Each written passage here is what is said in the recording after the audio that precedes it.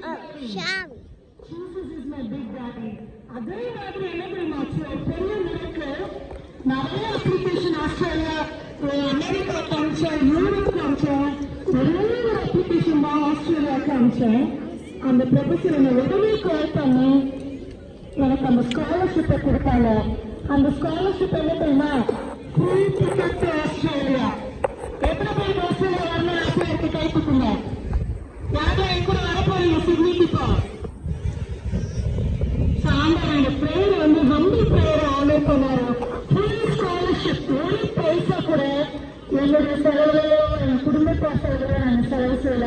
They also gave us flight tickets and relocation expenses. அதாவது அந்த வாழக்கூடிய வாழலுக்கு வேண்டிய வசதிக்கான வாய்ப்புகளையும் கொடுத்தாங்க.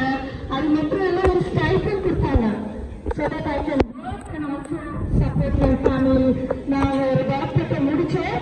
அது மாத்திரம் இல்லாம என்னாச்சுன்னா, இந்த ஸ்டூடெண்ட்ஸ் பத்தியில வேலை செய்வதற்காக வெஸ்டர்ன் சிட்னி யூனிவர்சிட்டியில நான் ஒரு 13 வருஷமாக ஒரு லெக்சரரா இருந்து வருகிறேன். இப்ப ரீசெண்டா என்னாச்சுன்னா, ஆஃப்டர் முதிச்சூர்ல பிறந்த ஒரு குழந்தைக்கு ஹோல் வேர்ல்ட்ல இருந்து என்ன பண்றாங்க, ஸ்டூடெண்ட்ஸ் வராங்க.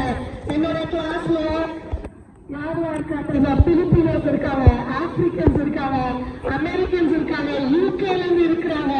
ஆண்டவர் என்ன பண்ணாரு, ஒரு ஹம்பிள் பிகினிய ஆனர் பண்ணாரு. பிகாஸ்